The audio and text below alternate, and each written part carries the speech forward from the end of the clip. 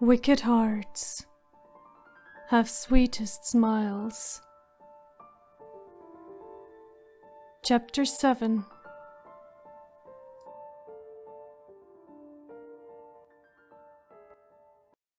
It was past 9 o'clock in the evening when a quiet knock on the door woke Aveline up from her vivid imaginations. The searching for her room had consumed almost the entire afternoon, for the airship was immensely huge. The Avalon featured so many quarters, a lower deck, but also loads of machine rooms in which she had stumbled quite some times. Luckily, she had not met Princess Cornelia again. That would have been a terrible disaster. Somnolently picking herself up, she did not even take a look into the mirror. How important could it be at that time anyway? The Viceroy had already made clear that His Highness would have no time to deal with her, so why should she care about her appearance? Aveline. But indeed it was Prince Schneizel in the doorframe who examined her with a searching look. She gasped in surprise, took a curtsy, and realized then that she was stuck in her casual clothes, which were composed of skinny black pants and a red top with slim straps. Her face immediately adopted a pinkish tone, and she was more than thankful that she had to stare at the floor and not into the prince's eyes. Your Highness, I apologize. Had I known that you would come... There is no need to. He interrupted her softly, offered her his hand, and, after she accepted, helped her rising up again. He wore a serious expression mixed with a hint of worry. It made her feel uncomfortable when he stared at her like that, so she cleared her throat and avoided his gaze. Euphemia told me about the incident with my other sister. That terrible sentiment from earlier this day returned without hesitation, made her relive the whole situation again within seconds, until it nearly teared her up again. I'm deeply sorry, Your Highness. It has been my fault. No, it was not. She gulped and eventually turned her gaze to him. Cornelia had no right, nor an indication to talk to you like that. No matter if she has the role of viceroy or whatsoever. In addition, I also have to apologize for my late arrival. I promised to show you around, but there were so many tasks at hand that I was unable to welcome you on my beautiful ship. Forgive me. Baffled, she looked at him. But Your Highness, there's nothing you should be sorry for. I fully understand that matters about war are urgent, and above all, very delicate. Indeed they are. We will land in Japan tomorrow morning. My day will be quite stressful. I actually was inclined to believe that Euphemia and you could visit the capital in my and Cornelia's absence, but the situation there is too tense to leave the Avalon. Oh, well, that's unfortunate. Aveline couldn't prevent herself from sounding disappointed. Do not be too frustrated, Miss LaCroix. As kind of a compensation, I will show you something extraordinary tomorrow night, if you so want, of course. Yes, of course I want to. He smiled kindly. Very well. I am glad that you accepted my offer. I couldn't sleep with the thought of you being mad at me. The wink he gave her let her spine tingle and almost made her knees give in. Please, don't tease me. But I am sincere. She watched him coyly, unsure whether to believe his words or not. I would never lie to you, Aveline. Hearing him say her name created a pleasant shudder and made her heart beat incredibly fast. Anyway, it is late and tomorrow is going to be a rough day. Good night, Aveline. Good night, Your Highness. So many thoughts flashed through her mind, questions she wished to know the answer for, but all she could do was staring after him until he completely disappeared within the darkness of the corridor. Come on, Aveline. Euphemia's blithe voice reached her ear while she dragged Aveline behind her. The morning sun shone intensely and dazzled her still weary eyes. It had not even been 7 o'clock in the morning when the young princess had tapped on her door, hyped up and full of anticipation. I thought we were not allowed to leave the Avalon at all. Euphemia giggled. Yeah, that is correct. But my brother Clovis has a heart and provided me with some of his guards so that I am able to see a bit of Japan. First, we will visit Narita Mountains, and then the Viceroy's Palace. And, oh, we ought to see Clovis Land and the Shinjuku Ghetto. But, my lady, Shinjuku is far too dangerous to stride around. A guard that appeared from the left side dropped those words, and now walked at the prince's side. I don't care. That is why I have you and your comrades with me, right? She answered with a wink and laughed happily. Before I forget to mention, we will meet Clovis in the settlement at 12:30. He wants to invite us for lunch. Right after hearing that, an uneasy feeling crept over her and soon occupied her entire body. She just had no idea where this sentiment suddenly came from and why, but it made her feel terribly uncomfortable. Oh, don't look like that. Clovis can be very amusing and kind, and the last time I spoke to him, he only had pleasant words to spare about you. That you're pretty, and that you go extraordinarily good with our brother Schneizel. Instead of being flattered to hear that, Aveline suddenly had the urge to turn around straight away and run back, onto the Avalon, where she felt safe.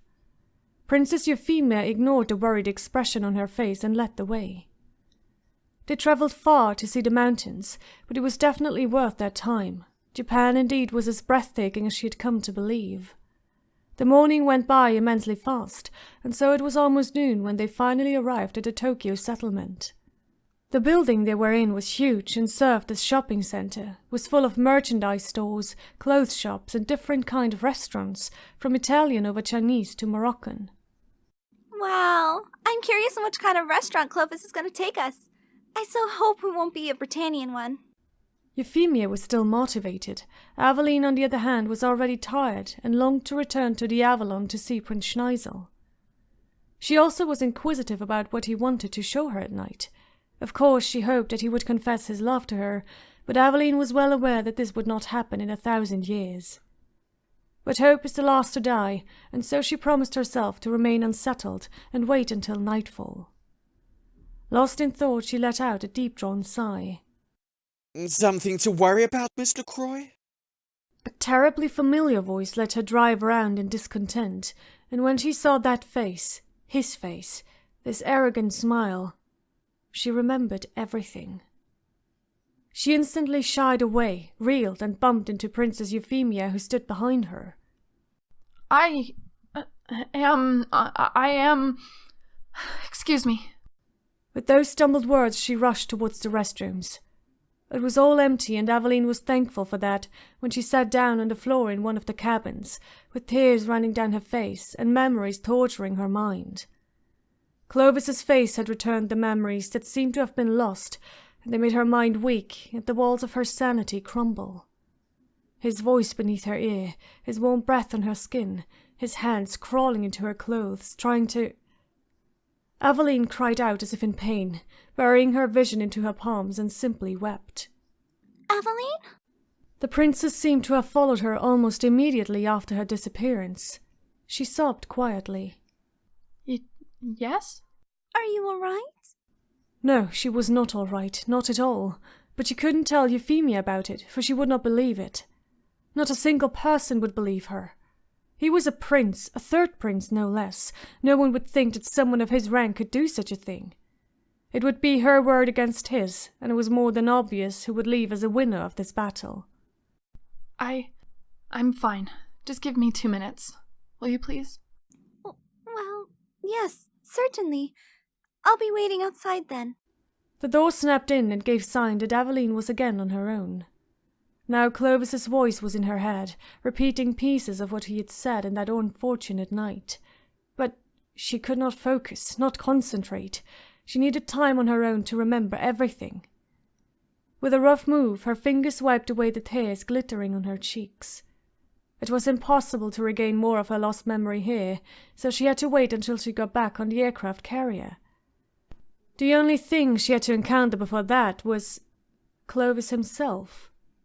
She was afraid of him. Her body started trembling when only thinking of him.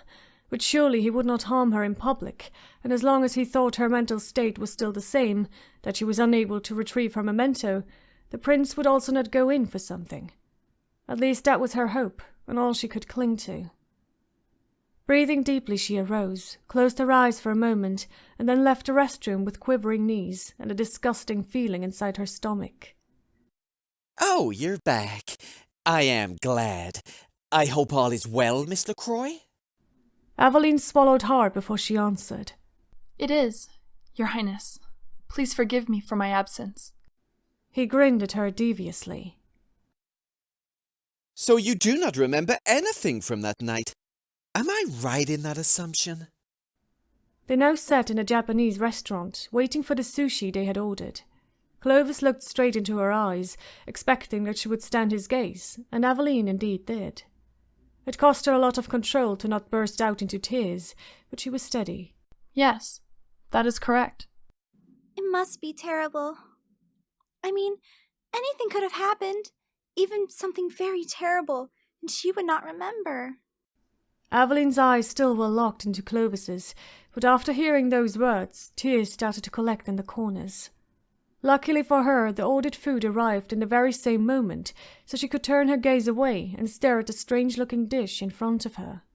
That sure looks interesting. Oh! Well, I hope it tastes better than it smells. Then the three lapsed into silence and ate without leading another conversation. After finishing the dessert, Clovis took word. Oh, Euphy, by the way, I'm really sorry, but you'll both have to return to the Avalon. The guards are needed somewhere else in the afternoon. But you promised, Clovis. He sighed and tilted his head. I can't change it, dear sister, but I am sure you and Mr. Croix will find a fitting activity on the Avalon. He stood up from his chair while Euphemia pouted, obviously not approving of the situation. It's time for me to leave now. Euphy, we will see each other later then. Then he turned towards Aveline, and his friendly smile turned into a malignant simper. It was a pleasure meeting you again, Miss LaCroix. Inwardly she shuddered, and again had the urge to run away, but she just forced herself to smile back at him kindly. It was an honor, Your Highness. And what about the bill? Clovis looked at his sister frowningly, then lifted his right eyebrow and said, arrogant as he was, I am 3rd Prince Clovis Britannia and Viceroy of this area. How do you come to believe I have to pay anything here? With a smooth gesture he tossed his hair backwards, turned around and strutted away. Euphemia's eyes followed him until he had left the building, then she suspired. I don't understand why he acts in such a presumptuous manner from time to time. He can be so kind. Aveline just remained silent. What was wrong with you earlier, Aveline? The secretary immediately felt caught and played nervously with her hands, frenetically searching for an excuse that did not sound too implausible. Did you fall in love with him?